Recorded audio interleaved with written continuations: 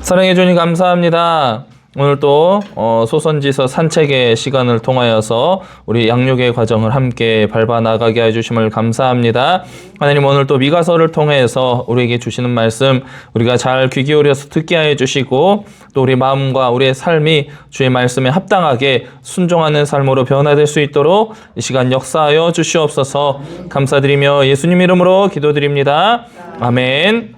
자, 오늘 미가서는 이제 6번째 소선지서의 6번째 책인데, 미가서는 1장부터 7장까지 이렇게 7장으로 구성이 되어 있습니다. 그래서 1장부터 3장은 죄와 심판에 대해서 말씀하시고, 4장부터 5장은 이 심판 이후에 하나님께서 회복하실 소망에 대해서, 그리고 하나님께서 어떻게 이 소망을 이루어 가시는가, 우리의 죄를 용서해 주시는 예수 그리스도의 사역을 통하여서 완전한 회복이 이루어지게 될 것이다 라는 것들을 미가서가 7장의 짧은 장수 안에 이 모든 예언들을 다 보여주고 있다는 것이죠. 미가라는 이름의 뜻을 보면 뭐라고 적혀 있죠? 누가 여호와와 같은가? 오직 여호와 한 분만이 우리의 참 신이시다, 그런 뜻이죠. 누가 여호와와 같은 신이 있는가? 7장 18절 보면 또 이 고백이 나오게 됩니다. 미가 선지자는 남유다 그리고 이사야 동시대의 인물로서 지도층의 부패에 대해서 특별히 책망을 많이 했어요. 그래서 미가서 3장 9절에서 12절 말씀을 보면, 야곱 족속의 우두머리들아, 이스라엘 족속의 통치자들, 곧 정의를 미워하고 정직한 것을 굽게 하는 자들아, 원하노니 이 말을 들을지어다 라고 하면서 그들이 지은 죄들에 대해서 쭉쭉쭉쭉 이야기하고 있는 모습을 보게 되죠. 그 내용을 한번 잘 살펴보면, 남유다 백성들이 이제 도덕적으로 결함이 많았고, 그로 인하여서 행위가 악함으로 인하여서 하나님께 심판을 받게 된다라는 거죠. 그런데 심판으로 끝날 것이 아니고 메시아가 오셔서 직접 통치하시는 새로운 하나님의 나라가 이 땅 가운데 임하게 될 것이다 라는 것을 우리에게 보여주고 있다는 것입니다. 이것은 미가서 5장 2절 말씀을 보면 예수님이 어디에서 태어나실 것인가에 대해서 정확하게 예언을 하고 있는데, 베들레헴에 한 아기가 나실 것이다 라고 직접적으로 예수님이 태어날 장소에 대해서 예언을 하고 있죠. 그래서 예수님이 세상의 구세주와 주권자가 되실 것이라는 것을 보여주고 있는 것이죠. 그래서 그 나라와 그 백성이 되어서 하나님과 동행하려면, 하나님과 함께하는 삶을 살려면 어떻게 해야 되는가, 그 부분에 대해서 미가 선지자가 우리에게 말씀을 선포하고 있다는 것입니다. 자, 그렇다면 미가가 어떠한 마음으로 우리에게 이 하나님의 말씀을 선포하게 되었는가라는 거죠. 어떠한 마음입니까? 애통과 애곡의 마음으로 우리에게 하나님의 말씀을 선포했다는 거예요. 예언서를 보면요, 대선지서든 소선지서든 그 패턴이 거의 다 흡사합니다. 어떤 패턴인가? 전반부에서는 너희들이 무슨 죄를 지었느냐, 이러한 죄 때문에 하나님이 진노하신다 라는 거예요. 그리고 후반부에서는 너희가 이 죄를 해결하기 위해서는 어떻게 해야 되느냐, 뭐예요? 하나님께 돌아와라, 회개해라 라는 거죠. 그리고 백성들이 하나님 말씀에 순종해서 회개하고 하나님을 의지하면 하나님께서 어떤 복을 주시는가, 하나님께서 어떻게 우리를 회복시켜 주시는가, 이런 부분에 대해서 말씀을 하고 있다는 거예요. 그래서 7장 18절 말씀을 보면 하나님이 죄악과 허물을 사유하시고 인애를 기뻐하신다라고 말씀하고 있는데, 사유하다라고 하면 말이 조금 어렵죠. 사유하다라고 하면 우리나라 말로 번역했을 때 두 가지를 생각해 볼 수가 있어요. 첫 번째는 이제 사유하다면 생각하다, 생각하고 이것을 궁리하다라는 의미로 해석을 해볼 수가 있고, 근데 여기에서 쓰이는 사유하다라는 것은 한자 성경의 한자를 보면요, 용서할 사자에 너그러울 유를 써요. 그래서 요 너그럽게 용서한다라는 의미죠.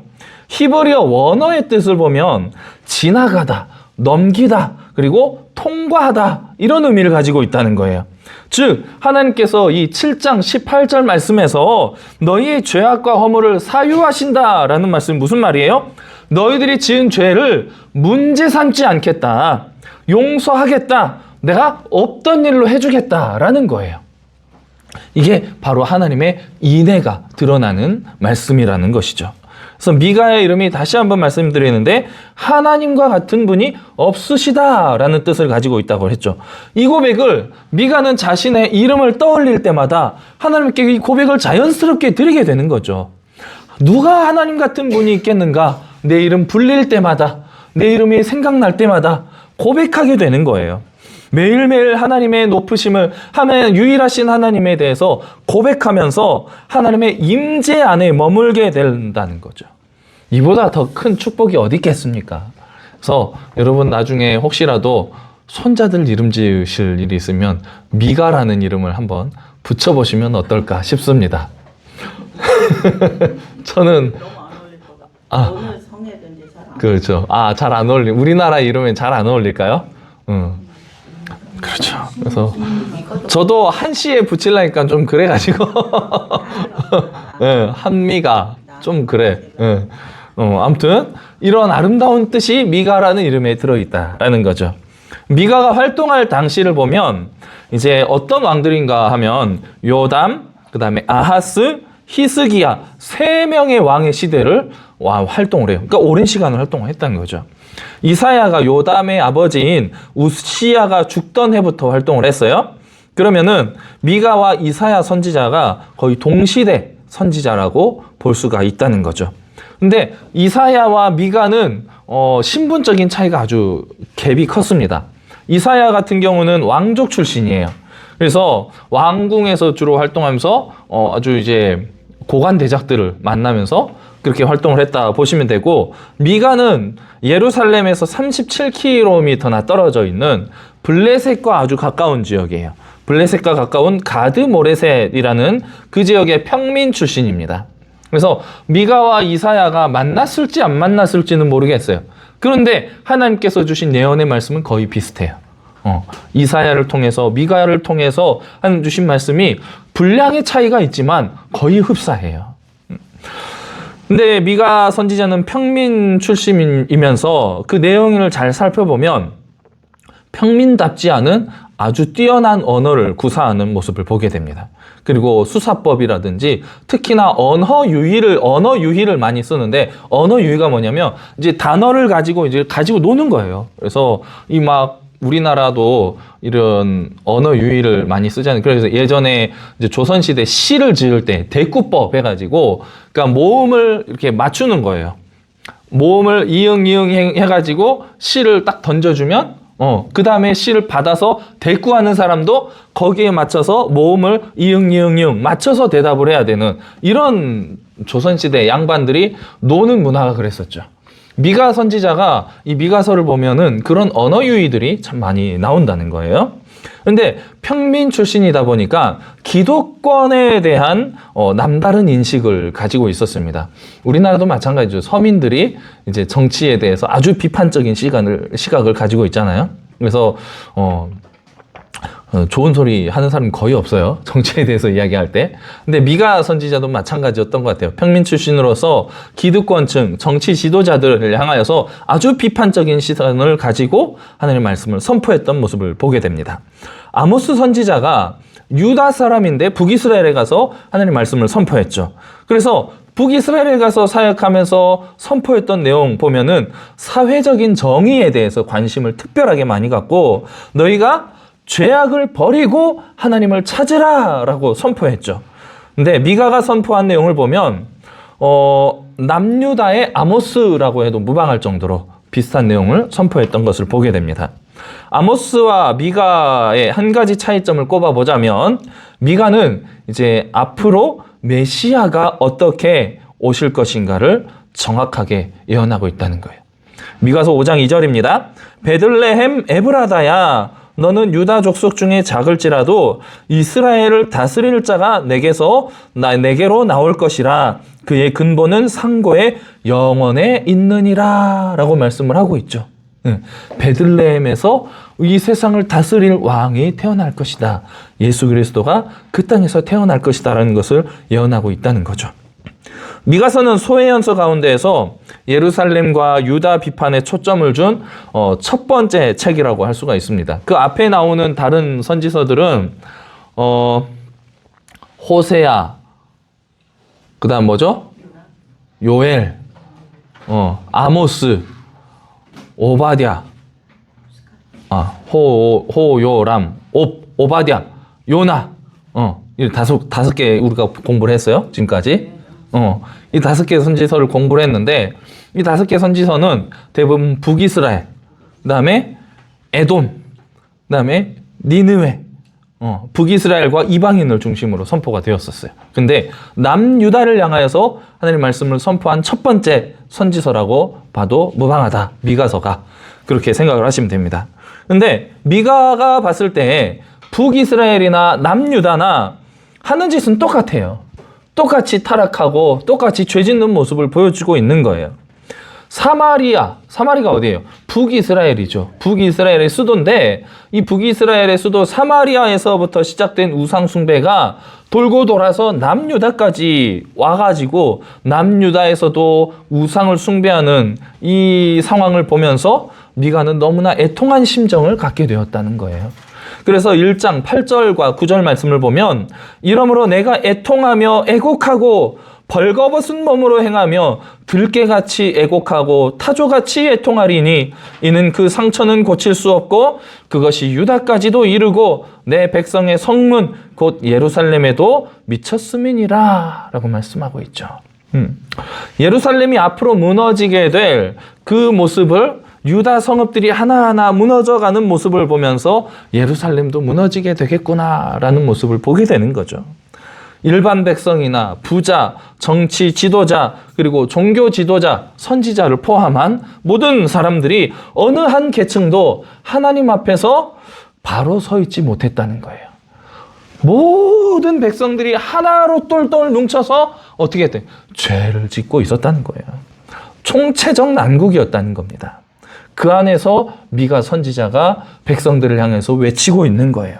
1장 2절 보면은 백성들아 너희는 다 들을지어다. 땅과 거기에 있는 모든 것들아 자세히 들을지어다. 주 여호와께서 너희에게 대하여 증언하시되 곧 주께서 성전에서 그리하실 것이니라.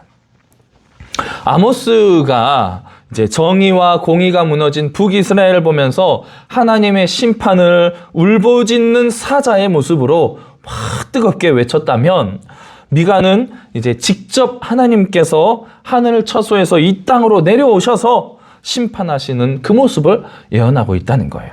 그래서 1장 3절 말씀을 보면 여호와께서 그의 처소에서 나오시고 강림하사 땅의 높은 곳을 밟으실 것임이라. 하나님께서 직접 내려오셔가지고 땅에 높아진 우리의 교만을 짓밟으실 거라는 거예요. 바벨탑 사건 기억하시죠? 바벨탑 창세기 11장을 보면 이 모든 사람들이 하나님께서 노아를 통해서 분명히 명령하셨어요. 처음에 아담에게 주셨던 명령을 동일하게 주십니다. 너희는 땅에 충만하라. 생육하고 번성하라. 그래서 흩어져라는 거예요. 온 땅으로 흩어져라. 그래서 온 세상 만물이 너희를 통하여서 나를 예배하고 찬양하게끔 너희가 만들어라라는 거예요. 근데 노아를 통해서 하는 홍수 이후의 시대에 다시 그 사명을 주셨는데 어떡합니까? 사람들이 신할이라는 평지에 모여가지고 우리가 정면으로 하나님 말씀에 대적하자. 뭐예요? 흩어짐을 면하자라고 하는 거죠. 이 땅에 모여 살자. 함께 살자. 그러면서 우리의 이름을 내기 위하여서 저 하늘 꼭대기까지 높은 탑을 지어보자라는 거죠. 여기서 미가 선지자가 말하는 1장 3절에서 말씀하는 높은 곳을 밟으실 것이다 해서 말하는 그 높은 곳도 마찬가지입니다. 높은 지형, 어떤 산 꼭대기 이 부분을 말씀하고 있는 게 아니고 하나님 앞에서 높아져서 스스로 높아져서 교만해진 사람들의 마음이라는 거예요. 그 교만으로 인하여서 나오게 되는 모든 행위의 죄악들, 그것들을 심판하신다는 거죠. 그리고 그 교만으로 만들어진 모든 우상들을 하나님이 밟아 무너뜨리실 것이다. 미가는 심판받을 유다 때문에 애통하고 애곡하는 것으로도 부족해서 어떡합니까? 그가 몸으로 직접 보여주는 거예요. 행동으로. 어떤 모습이에요? 벌거벗고 돌아다니면서 창피함을 무릅쓰고 벌거벗고 돌아다니면서 너희들이 이러한 모습으로 포로로 끌려가게 될 것이다. 이런 비참한 모습을 너희가 당하게 될 것이다. 이 모습을 예언하고 있는 거예요. 언약의 백성 유다가 하나님을 떠난 삶 때문에 미가는 실오라기 하나 걸치지 않고 끌려가는 모습으로 울면서 또 울면서 하나님 말씀을 애통하는 심령으로 이렇게 선포하고 있다는 것입니다. 근데 놀라운 것은 동시대에 활동했던 이사야 선지자도 같은 모습으로 예언을 했다는 거예요. 이사야서 20장 2절에서 4절 말씀을 보면요. 그때 여호와께서 아모스의 아들 이사야에게 말씀하여 이르시되 갈지어다 내 허리에서 배를 끄르고 내 발에서 신을 벗을지니라 하시매 그가 그대로 하여 벗은 몸과 벗은 발로 다니니라. 여호와께서 이르시되 나의 종 이사야가 3년 동안 벗은 몸과 벗은 발로 다니며 애굽과 구스에 대하여 징조와 예표가 되었느니라. 이와 같이 애굽의 포로와 구스에 사로잡힌 자가 아수르 왕에게 끌려갈 때에 젊은 자나 늙은 자가 다 벗은 몸과 벗은 발로 볼기까지 드러내어 애굽의 수치를 보이리니 라고 말씀하면서 두 사람이 동시대에 벌거벗고 다니면서 하나님의 말씀을 애통하는 마음으로 선포했다는 거죠. 그렇다면 왜 이런 모습으로 미가 선지자가 하나님의 말씀을 선포했느냐? 도대체 남유다 안에 어떤 죄가 있었길래 무슨 죄 때문에 하나님이 미가가 이렇게 애통하게 하시고 벌거벗은 몸으로 심판에 대해서 예언하게 하시는 거죠. 미가 선지자는 남유다가 멸망한 이유가 우상 숭배 문제도 있지만 더 큰 것이 바로 지배 계층과 선지자들이 타락했다. 그것 때문에 하나님이 심판하신다는 거예요. 지배 계층에 있는 사람들은 잠자리에서조차도 어떻게 하면 내가 저놈의 것들을 빼앗을 수 있을까? 힘없는 자들의 것을 빼앗아서 내 욕심을 더 채울 수 있을까? 이것들을 꿈속에서도 궁리하고 있었다는 거예요. 꿈을 꾸면서도 내 재산을 불리는데 온 초점이 맞춰 있었다는 거죠. 그리고 힘없는 자들을 밭, 집 뿐만 아니고 집안의 사람들까지 빼앗아갔다는 거예요. 지배계층들은 한마디로 예루살렘을 어떻게 건설을 했느냐. 힘없는 자들, 연약한 자들의 것을 다 빼앗아가지고 그들의 피로 세웠다는 거예요. 예루살렘이 약한 자들의 피로 세워진 도시가 되어버렸다는 거죠. 하나님 그 모습이 너무나 보기 싫어서 심판하시겠다는 거예요. 그래서 미가 선지자는 통치자들을 향해서 정의를 아는 것이 너희들의 본분이 아니냐 이렇게 책망을 하고 있는 거예요. 정의를 아는 것에서 안다라는 히브리어가 미시파트라는 단어를 씁니다.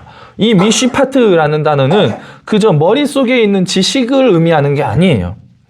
6장 8절 말씀을 보면은 하나님이 원하시는 선이 무엇이냐? 바로 이 미시파트를 행하는 것이라고 말씀하고 있어요. 너희들이 아는 것을 뭐 어떻게 하는 거야? 행하는 거라는 거죠. 선이라는 것은 하나님 보시는 선함이라는 것은 하나님 말씀을 아는 것에 그치는 것이 아니고 그것을 행하는 데 있다는 거예요. 그래서 한마디로 미시파트, 하나님을 안다는 것은 한마디로 공정이라고 할 수가 있어요. 공의와 정의. 그렇죠. 약한 자들이 압제나 학대를 당할 때 그들의 재산이 부당하게 빼앗기지 않도록 법으로 보호해야 된다는 거예요. 지도자들이. 근데 통치 지도자들은 나한테 뇌물을 주는 사람들이 있으면 그 뇌물을 받고 재판을 틀어버린다는 거죠. 판결을 뒤집어 버려요. 이미 판결이 난 것도 뒤집어요. 유전무죄, 무전, 유죄. 어느 시대나 마찬가지죠. 지금도 마찬가지예요. 돈 있으면은 돈 있는 사람들은 비싼 변호사 사가지고 죄로 없애버려. 있는 증거도 없애버려. 근데 돈 없는 사람들은 어떻게 해요? 없는 죄도 만들어서 뒤집어 씌워요. 증거도 만들어가지고 뒤집어 씌워. 3장 11절 말씀을 보면 이렇게 그 시대를 비판하고 있어요. 그들의 우두머리들은 뇌물을 위하여 재판하며 그들의 제사장은 삭슬을 위하여 교훈하며 그들의 선지자는 돈을 위하여 점을 치면서도 여호와를 의뢰하여 이르기를 여호와께서 우리 중에 계시지 아니하냐 재앙이 우리에게 임하지 아니하리라 하는도다. 이러므로 너희로 말미암아 시온은 갈아엎은 바지 되고 예루살렘은 무더기가 되고 성전에 사는 수풀의 높은 곳이 되리라. 정경유착, 이게 그 어느 때보다도 깊은 시대였다는 거죠. 미가는 가난한 현실 속에서 통치자들에게 당하게 되는 압제와 착취를 도저히 눈뜨고 볼 수가 없어서 열불이 터져가지고 속이 뒤집어져서 큰 소리로 막 외치고 있다는 거예요. 이런 사회 속에서도 백성들은 자연스럽게 하나님을 향해서 예배를 드려요. 예배를 드리는데 값나가는 비싼 제물을 드리면서 하나님 이거 받으시면 기뻐하시고 나 용서해 주시겠지. 하나님 비싼 제물 받으시면 내 편이 되어 주시겠지. 이렇게 착각했다는 거예요. 통치자들의 마음을 사기 위해서 뇌물을 드렸던 것처럼, 사람의 마음을 내 편으로 끌어당기기 위해서 뇌물을 드렸던 것처럼 하나님께 드리는 제사도 뇌물을 드리는 마음으로 제사를 드렸다는 거예요. 하나님께 비싼 제물, 송아지 이런 거 드리면 하나님 기뻐하시고 내 편 되시고. 6장 6절 말씀을 보면요, 내가 무엇을 가지고 여호와 앞에 나아가며 높으신 하나님께 경배할까? 내가 번제물로 1년 된 송아지를 가지고 그 앞에 나아갈까? 이거 드리면 하나님 나를 기뻐해 주시겠지라는 거죠. 근데 이 부분만 딱 보면요, 유다 백성들이 정말 경건한 사람인 것처럼 보여요. 야, 이렇게 신실한 마음으로 하나님께 드릴 제물을 준비하고 있구나라고 착각할 수가 있다는 거예요. 이 부분만 보면은.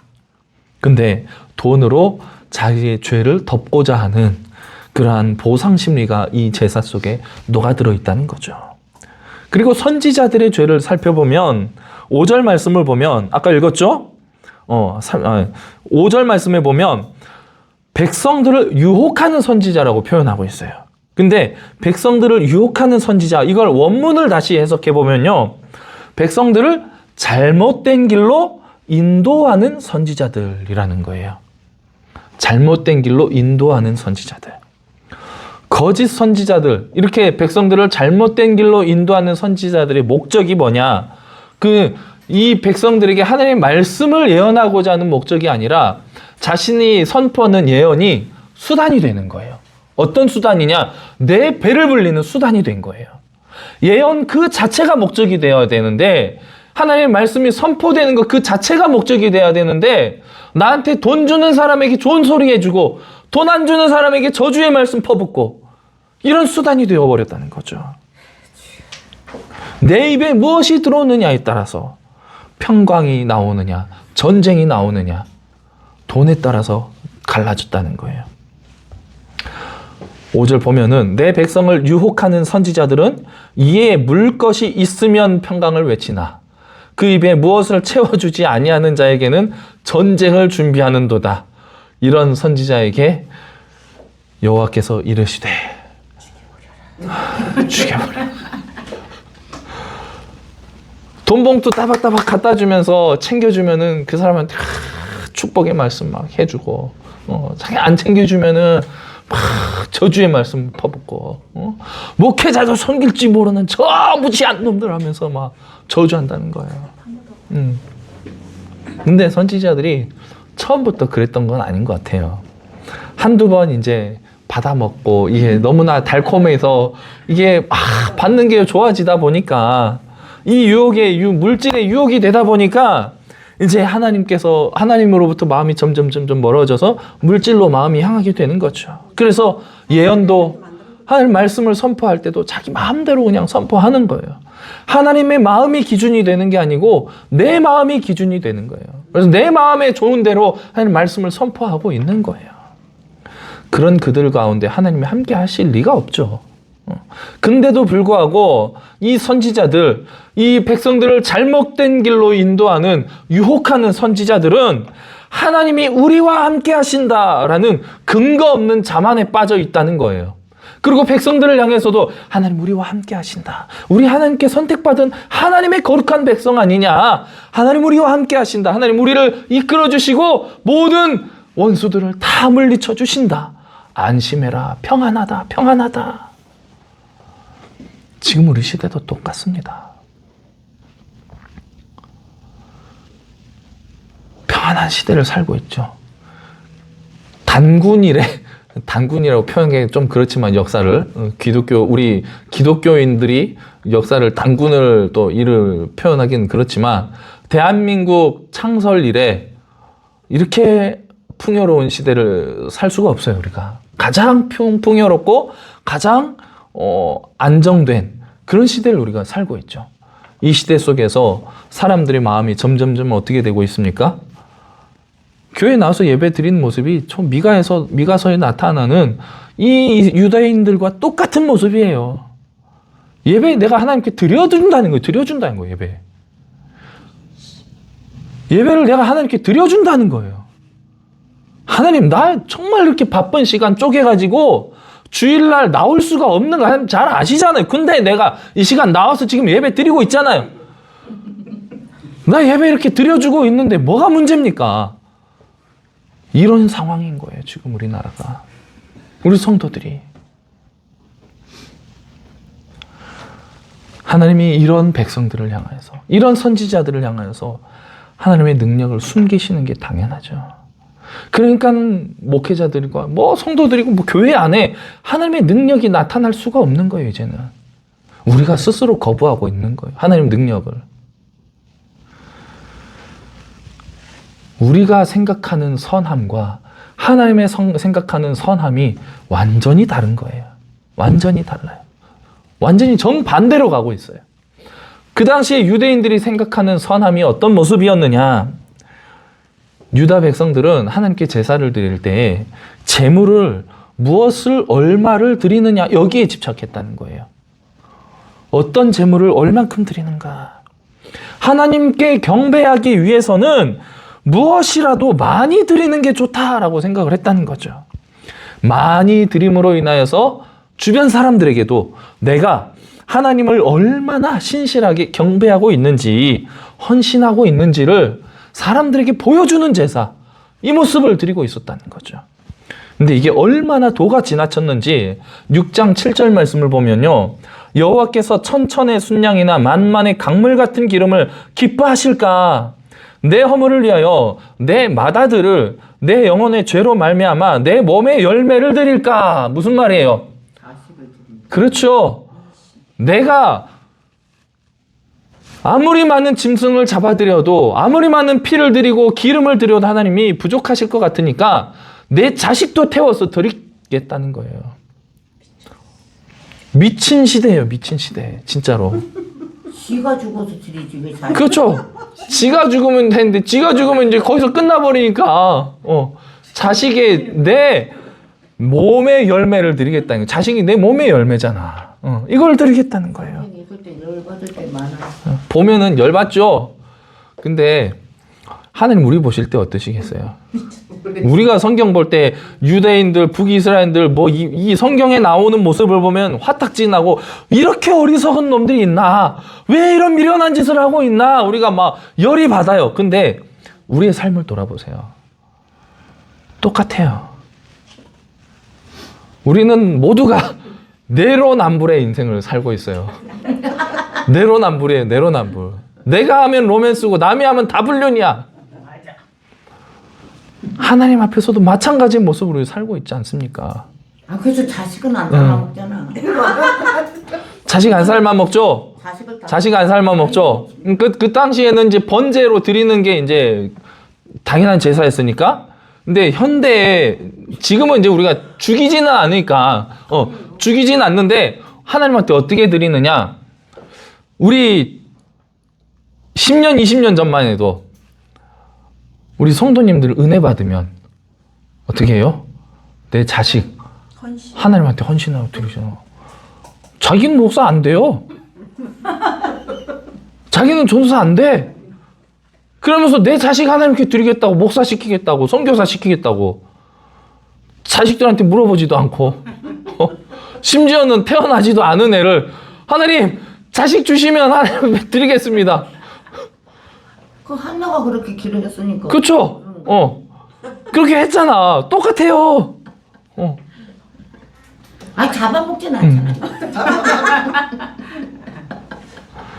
근데 이런 모습들을 보면 우리가 인간적인 시선에서 보면 그래 한나를 바라보듯이 우리 자식들이 하나님 앞에 헌신했듯이 정말 아름다운 신앙으로 우리가 착각할 수가 있다는 거예요. 그 피해자가 저예요. 그 피해자가 저라고요. 우리 어머니가 아들 주시면 하나님께 드리겠대. 근데 저는요, 엄마가 저한테 그 말을 해주기 전에 제가 먼저 하나님께 목회자가 되겠다고 헌신을 했어요, 저는.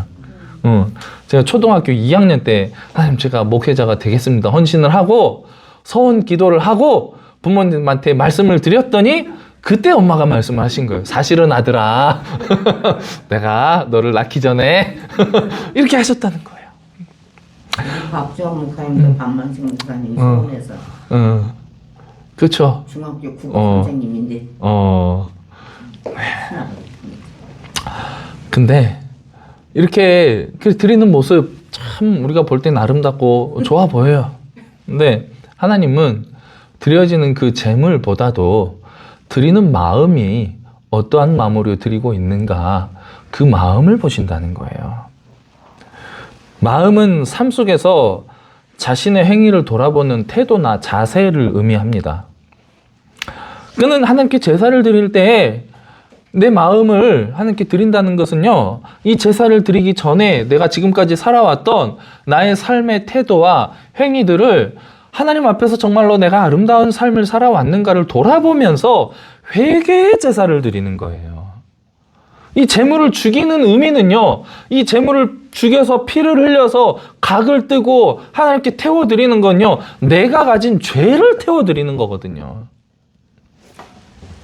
근데 유다 백성들은 자식을 제물로 드리면서 삶 속에서 하나님과 이웃과의 관계 속에 깊이 뿌리 내린 그 죄를 하나님께 드리려고 한 게 아니고 감추려고 했다는 거예요. 이 제사를 통해서. 마치 아담과 하와가 선악과를 따먹고 바위 사이에 숨어버렸던 것처럼 하나님의 낯을 피해서 제사를 드려서 이 제물을 통하여서 가림막으로 삼아서 그 뒤에 숨고자 하는 마음으로 이런 제사를 드렸다는 거죠. 가장 값나가는 자기 자식을 드리면 하나님을 향한 자신의 의로움이 증명되지 않을까라는 그러한 착각으로 이런 제사를 드리게 되었다는 거죠. 하나님께서 떠난 삶 속에서 드리는 이 제물, 헌금, 봉사, 이런 것들은 아무 의미가 없다는 거예요. 당시 유다 백성들은 하나님이 상한 심령으로 주님 앞에 나와서 회개하기를 원하신다는 그거를, 하나님의 마음을 전혀 몰랐다는 거죠. 그냥 내 마음대로, 내 생각대로 하나님 이렇게 하시면 하나님 그냥 좋아하시겠지, 막연한 생각으로 이런 삶을 살아오면서 이런 제사를 드리고 있었다는 거예요. 근데 하나님께서 우리에게 바라시는 선이 무엇인가, 하나님의 선이 무엇인가를 보면 미가 선지자가 미가서를 통해서 세 가지를 제시하고 있습니다. 첫 번째는요, 앞서 말씀드렸던 미시파트예요. 곧 의와 정직, 공평과 공의, 이런 의미를 담고 있죠.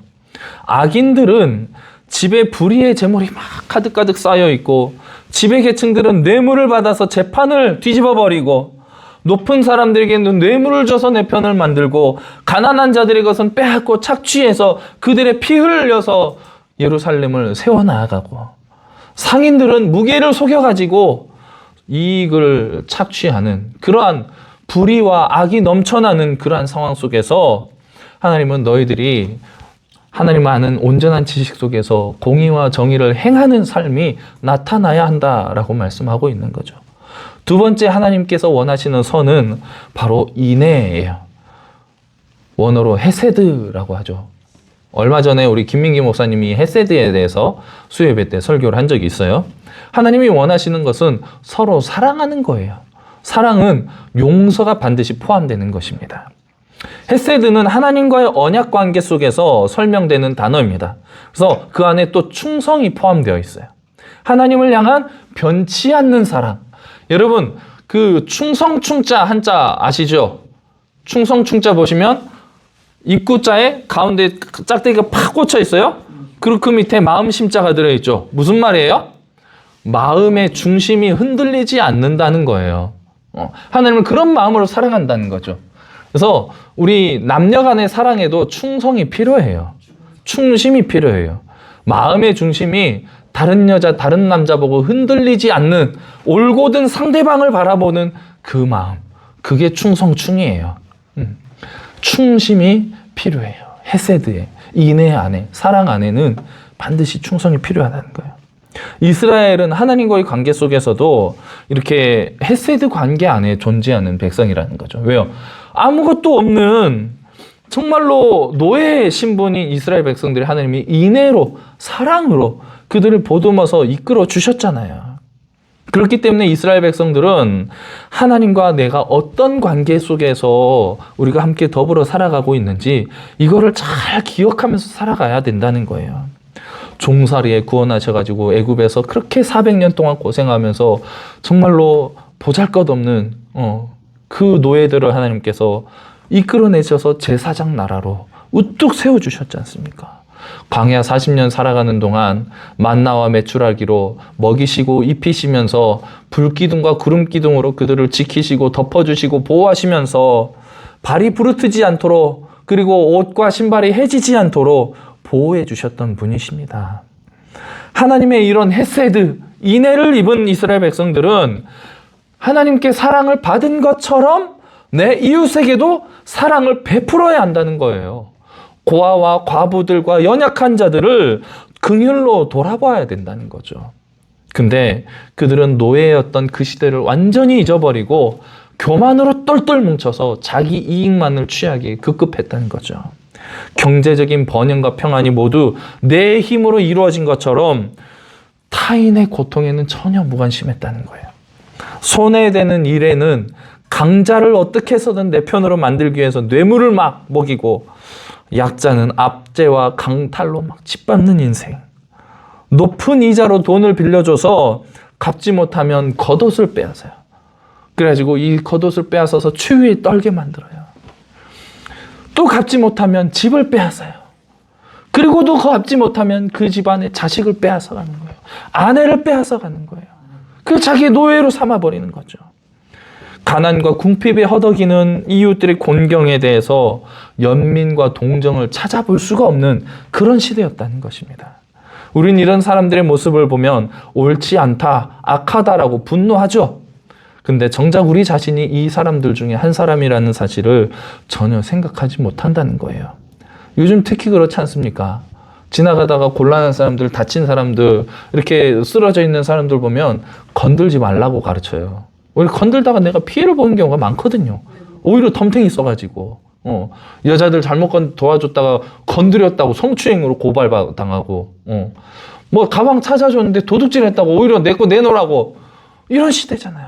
그래서 우리가 더욱더 남들을 도와주는데 더 물러서게 되는 시대가 그렇게 만들어버리는, 그럼에도 불구하고 우리는 주님의 사랑으로 연약한 자들을 돕기에 힘써야 된다는 거예요.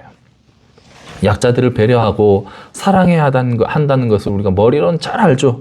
근데 행동으로 나타나는 경우는 너무 적어요. 너무. 믿음은 행함으로 증명되어져야 하는 것입니다. 어려움 가운데 있는 이웃을 위해서 기도해야죠. 그리고 불편한 관계 속에 있는 우리 이웃들 어떻게 해야 돼요? 용서해야 돼요. 그리고 또 내가 용서를 구해야 돼요. 하나님 우리를 사랑하시고 용서하셨던 것처럼 우리도 서로 사랑하고 용서하는 삶을 살아가야 된다는 거죠. 그래서 하나님께 제사를 드렸고 내가 예물을 드렸기 때문에 거기서 모든 게 다 용서되었다라고 끝나버리면 안 된다는 거예요. 예전에 전도연이 나왔던 영화 중에 전도연이 그 아이를 유괴당하고 잃어버렸는데 그 무슨 영화죠? 밀양에서 그래서 그 아이를 죽인 범인을 감옥에 찾아갔잖아요. 그 전에 막 교회 다니면서 막 은혜로 충만해가지고 내가 용서하겠다고 찾아갔는데 그 범인이 뭐라고 합니까? 내가 감옥에서 예수님 만나서 내가 여기서 회개했기 때문에 너한테 용서 빌 필요가 없다고 말을 해요. 나 여기서 회개했으니까 됐다고. 그 모습을 보고 전도연이 정신이 나가버리죠.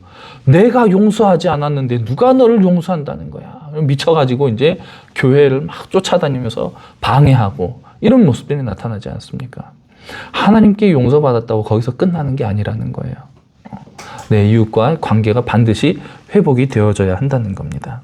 그래서 호세아 선지자는 6장 6절에서 말씀하기를 나는 인애를 원하고 제사를 원하지 아니하며 번제보다 하나님을 아는 것을 원한다라고 말씀하고 있는 거죠.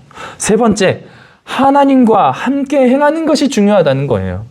단순히 막연하게 어딘가 저 높은 곳에 계시는 하나님, 그분이 아니고 나와 1대1로 인격적인 관계 가운데에서 함께 동행하는 하나님이 되어야 된다는 거예요. 하나님과 인격적인 관계에 대한 인식을 갖게 되는 사람은요, 그 삶의 근본적인 변화가 일어나게 될 수밖에 없어요. 하나님 나를 지켜보신다는 것을, 나와 함께 하신다는 걸 아는 사람이 어떻게 죄를 행하면서 살아갈 수가 있겠냐는 거죠. 근데 하나님과 동행하기 위해서 가장 먼저 최우선적으로 필요한 일이 뭐냐? 바로 예수 그리스도를 통한 회개와 죄사함이 일어나야 된다는 거예요. 그 회개와 죄사함을 통해서 하나님 앞에 서는 거예요. 그래서 하나님 앞에서의 삶을 살아가는 것을 우리가 코람데오라고 말을 하죠. 코람데오의 삶. 죄 용서함 없이는 하나님과의 개인적인 관계가 절대로 이루어질 수가 없는 거예요. 그래서 미가 선지자는 이사야 선지자가 66장의 방대한 내용과 비교를 해보면 7장의 짧은 내용밖에 되지 않아요. 근데 그 짧은 내용 안에서 예수 그리스도에 대한 생생한 예언의 말씀을 보여주고 있다는 거죠. 5장 2절에서 예수님이 베들레헴에서 태어나실 것에 대해서, 그리고 4절에서 5절에 보면은 예수님이 어떠한 모습으로 어떤 능력으로 이 세상에 오셔서 사역하실 것인지에 대해서 보여주고 있죠.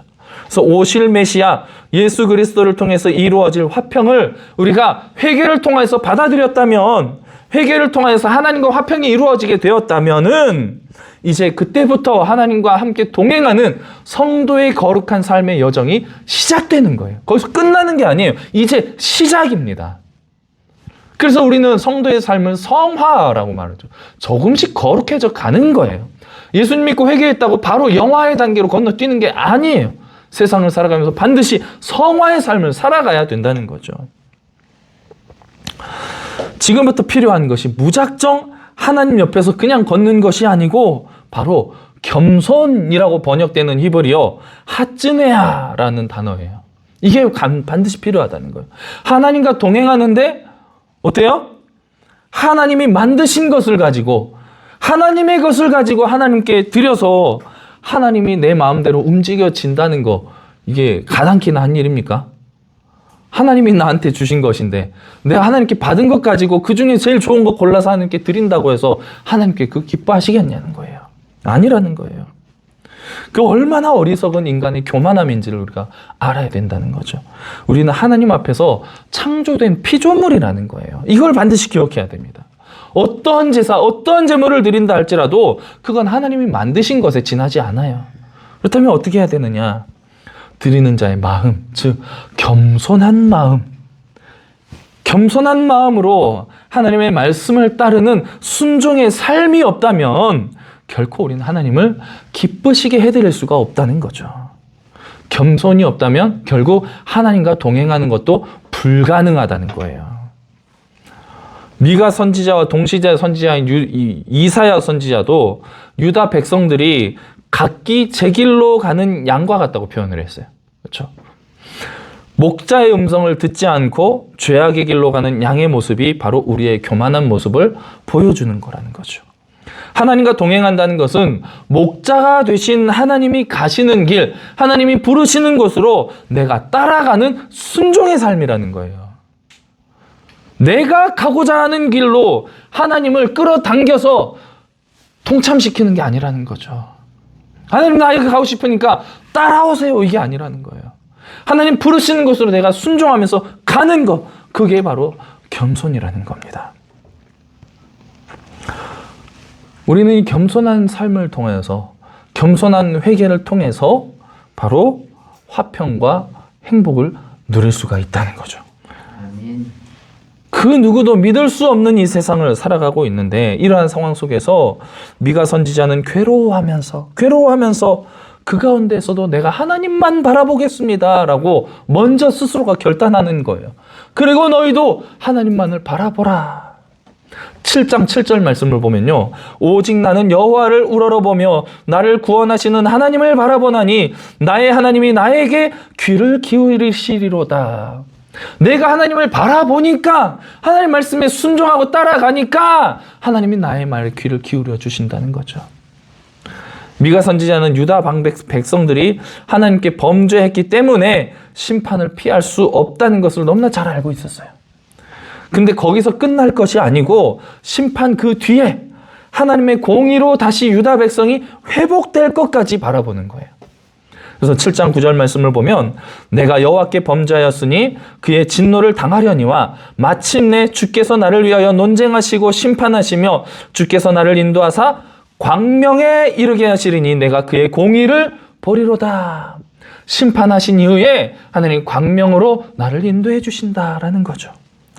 미가 선지자는 유다의 심판과 회복에 대해서 그 과정 중간중간에 메시아이신 예수 그리스도와 관련된 예언의 말씀을 팍팍팍 넣어두고 있어요. 그냥 이루어지는 게 아니고, 우리의 힘으로 이루어지는 게 아니고, 하나님 반드시 하나님과 우리 사이에 화평의 화목제물이 되시는 예수 그리스도를 통하여서 이루실 거라. 대속제물이 되시는 예수 그리스도를 통하여서 이 일을 이루실 거라는 것을 보여주고 있다는 거죠. 메시아가 베들레헴에서 태어나신다는 약속, 그리고 남은 자가 이스라엘 자손들에게 돌아올 때가 언제가 될지, 이 모습들을 보여주고 있는데, 바벨론의 포로로 끌려갔던 이스라엘 백성이 주전 536년에 예루살렘에서 귀환을 하게 돼요. 그럼에도 불구하고 미가서 5장 3절 말씀은 남은 자가 언제 나타나냐면 메시아가 오신 이후에, 이스라엘 백성들이 바벨론에서 포로 생활에서 돌아온 이유가 아니고 예수 그리스도라는 메시아가 오신 이후에 이스라엘 자손에게 돌아온다라고 말씀하고 있는 거예요. 인간이 죄로 인해서 영원한 복을 누리던 그 장소에서 쫓겨나서 심판을 받을 수밖에 없게 되었죠. 에덴 동산에서 쫓겨나서 우리가 죽음과 사망이라는 고통이라는 이 인생의 심판을 받게 되었잖아요. 근데 메시아이신 예수 그리스도가 오셔서 인간의 죄를 대신 짊어지신다는 복음이 이 미가서 안에 녹아들어 있다는 거예요. 그리고 그 예수님 메시아를 믿는 남은 자는 원래 인간이 영원한 복을 누리던 하나님의 품 안에서 영원히 함께 예수님 하나님과 동행하게 된다는 거죠. 미가는 남유다의 죄와 심판 그리고 구원의 과정 속에서 인간의 궁극적인 죄에 대한 하나님의 구원의 계획을 비춰주고 있는 거예요. 단순히 너희 죄 지었으니까 멸망당한다 해서 끝나는 게 아니고, 죄로 인해서 우리가 심판받지만 하나님의 긍휼하신 사랑의 증거가 되시는 예수 그리스도를 통해서 우리가 구원을 받게 된다. 궁극적으로는 구원에 대해서 선포하는 거죠. 이방인들까지 여호와 하나님 앞에 나와서 하나님을 경배하며 하나님 말씀대로 살아가게 된다는 거예요. 개인 간의 갈등과 반목이 점점 국가적인 문제로까지 커지면서 각 나라마다 뭐가 발전합니까? 무기가 발전해요. 엄청난 무기들이 막 나오고 있잖아요. 상상하지도 못하는 무기들이. 근데 미가서는요, 뭐라고 말씀하고 있냐면요, 칼과 창을 녹여서 보습과 낫을 만들게 될 날이 오게 될 것이다. 모든 무기가 다 사라지고 온전한 화평을 누리게 되는 날이 올 것이라는 것을 예언하고 있다는 거예요. 메시아로 오셨던 예수님이 이 땅에 다시 재림하실 그날에 영원한 평화가 임하게 된다는 거죠. 비록 우리 지금의 현실을 보면 여기저기 전쟁과 재난의 소식들이 끊이지 않고 들려옵니다. 그렇죠? 근데 우리는 이런 현실 속에서도 평화를 누릴 수가 있다는 거예요. 어떻게 누립니까?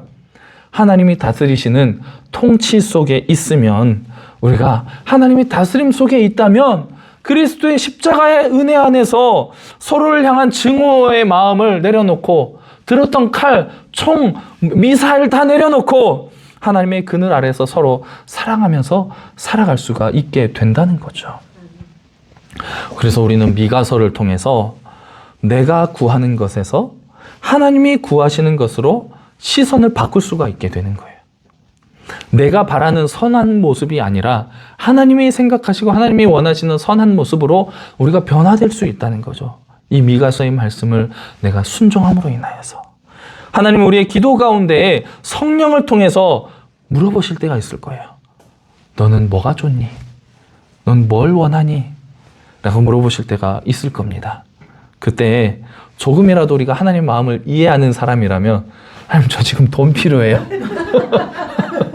이렇게 말씀할 것이 아니고 솔로몬이 하나님께 일천번제를 드리고 하나님 이 질문을 하셨을 때 뭐라고 대답합니까? 지혜를 원했죠.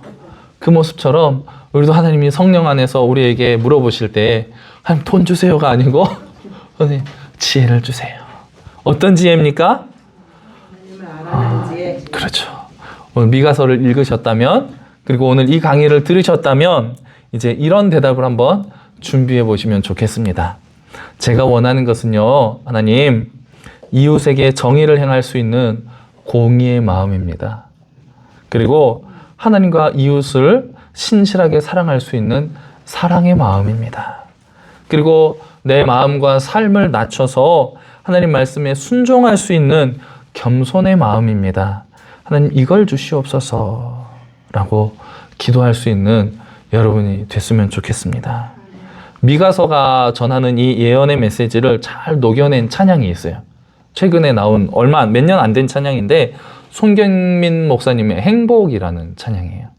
이 찬양을 보면 우리가 하나님의 자녀로 살아가는 모습이 어떠한 모습인지를 그 찬양 속에 잘 녹여서 보여주고 있죠. 이것이 저와 여러분의 아름다운 삶의 고백이 되는 행복한 삶이 되시기를 주님의 이름으로 축복합니다.